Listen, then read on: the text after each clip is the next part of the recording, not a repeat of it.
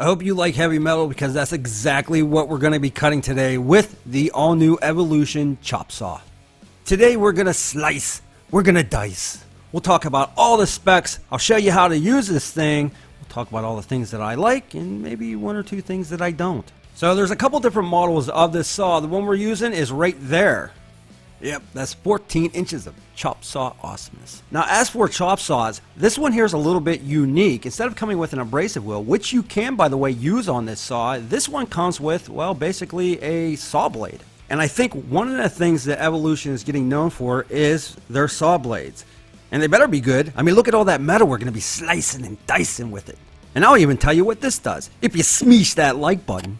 Alright, so let's set up a cut here. What I really like about this saw right out of the gate is the clamp, the hold down mechanism. It does an excellent job and it's super easy to use. You slide it into position and then you got that top latch right there that will actually lock, and then you just rotate it clockwise to tighten, and it just does a fantastic job. So I really like this. And you can also see that the clamp, well, if you had to adjust at that 45-degree angle, you could do that. And that's real nice like. You can also adjust this to make a 45-degree cut. Super simple to do, but I'm going to show you something here. I actually read a couple reviews where people said, well, I couldn't cut the things that I wanted to cut. I'll show you how to fix that, but check that out. You got that really smooth action, but how much metal can you throw in between those clamps? Well, here you go. I mean, I was going to read this all out loud, but I'm just way too lazy today. So go ahead and read it, and I'll just sit back and hum. Get subscribed. Subscribe. So let's talk about the different cuts and angles. It'll actually tell you on the saw what you could cut and at what angle. But your bevel adjustment, super simple to make. Let me show you here. You just loosen up that handle. Here's my one issue. It doesn't line up perfectly at the 45-degree. But you can see there's a mark up on top, there's one in the middle, and then there's one below. Why is that? Well, I had actually read a couple comments. I don't even remember where they were, saying, well, it won't hardly cut anything I'm putting on this saw. Well, it's because you're not doing it right. Let me show you what I'm talking about, dude. We're set up at a 45-degree cut angle. Let's do it.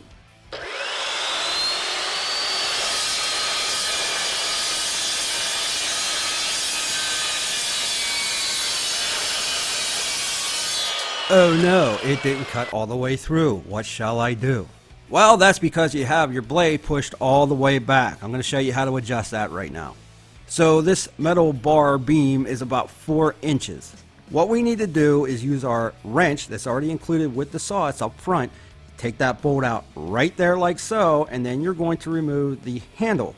Once you remove your lockdown mechanism, all you have to do is adjust this in one of the 3 holes. I can bring it all the way up and then lock it back down again, and make sure you put that bolt back in.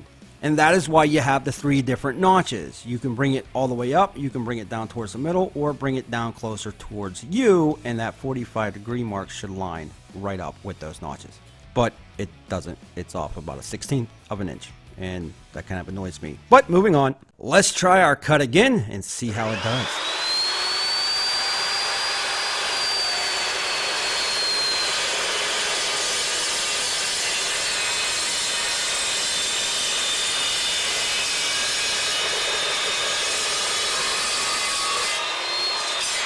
And you can see we were able to slice and dice with no issues after we readjusted that.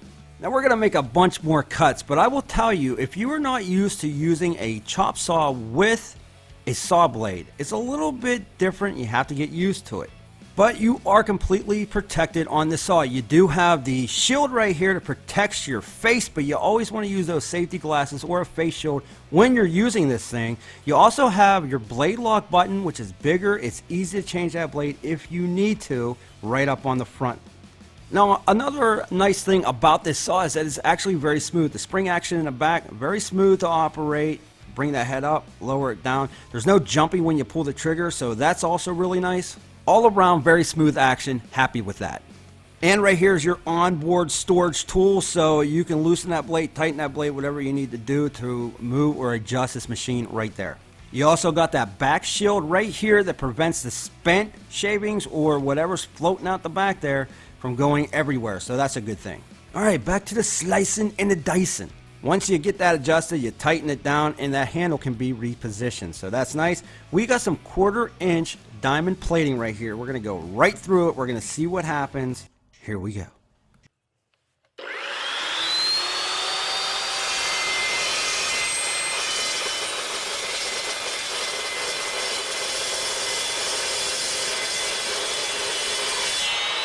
Consider that sliced and diced. Now you really don't want to go too fast with this. Again, this is a saw blade. It's going to be a little bit rougher. I assure you though, it will cut through the steel plate. I am always still nervous whether it's on a circular saw or on these type of saws that use this, but they're completely fine. It's just something I got to get used to. Another huge plus about these blades. Number one, they cut very, very smooth. And number two, the sparks are very minimal. These blades are made in Japan, and I'm telling you, Evolution's really becoming known for the blades. It does a good job. You got the 14-inch, it comes with the saw. You got 66 tubes on there, and you can buy these blades separately. I'll put a link in the description for you to check those out as well. All right, now we got some 4-inch round tubing. Let's see what this does. We're going to do the 90-degree cut straight down. And there you go, about 4.5 inches, about a 1/4 inch thick. Let's do it.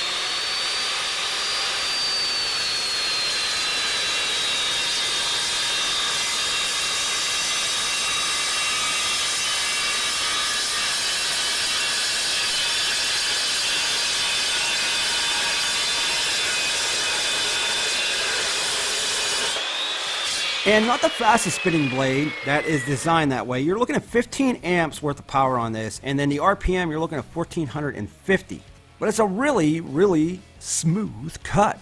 And because you smeeshed that like button, I'm going to show you this here. You got that little adapter. It slides right up on top of your clamp, and if you had angle iron, which this one here is a little bit too big, you could throw it right on the back like so, and it would hold that in place. But we're going to do it this way. Let's slice and dice.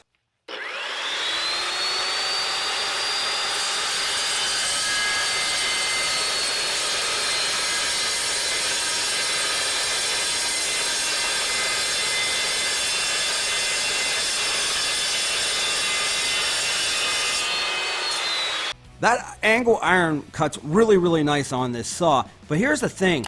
What I really like about this saw is the sparks, the reduction of the sparks, where if you're using that abrasive wheel, it's just kicking that stuff everywhere. And if you're working somewhere that is really stringent with their hot work, or if they're signing out hot work permits, well, you might be able to get away with a little bit more using this saw compared to your abrasive wheel. Even though you can throw an abrasive wheel on this, that saw blade works very, very nice. Now I am going to repeat myself one more time. If you're not used to using a saw type blade to cut through steel, and I still cringe every time I do it on a circular saw or these type of saws, even though these blades are meant for it, you're gonna have to get used to it. But they do really work well. They're a little bit rougher than an abrasive will, but they do a fantastic job, and they do really nice just making everything smooth and straight. I think the guarding and the safety features are really good on this saw. I think they did a great job on the build. As far as it goes with some of the adjustments, I think they're a little bit sloppy. I think they could be tightened up a little bit. You do, however, have a lot of metal on this saw, and it's stamped metal. It's not the heaviest gauge that I've ever seen. It does bring the saw's weight up to about 51 pounds, so keep that in mind, but it is portable. Now, during the time of this video, the price of this saw, you're looking around $339 US. But considering that you get the blade and they are a little bit pricey on their own, I think that's a pretty good deal for what you're getting. Now, I think the people that this saw is geared for are the people that have the smaller shops or weekend warriors. Maybe somebody that wants to build something out of metal here and there. I think if you're heavy industrial, you definitely want to go with something a lot heavier duty. But that said, if you were looking to build a smoker on the weekend, if you were looking to start a bike shop, if you're looking to do some fabrication or whatever you're doing in the body shop, I think this will work very, very well. Plus, you get the 3-year warranty on it, so that's a big plus. Is it a perfect saw? No. But is it the worst I've ever used? No, not by a long shot. But I want to know what you think. Would you use this saw? What do you like about it? What do you not care about it? Leave me a comment in the comment section below. If you like this video, a smeesh on that like button would be greatly appreciated. And if you like new tools, don't forget to get subscribed and hit that bell notification so you don't miss out on any of them. I always appreciate the comments, always appreciate you stopping by. And with that, we'll be back with more videos soon.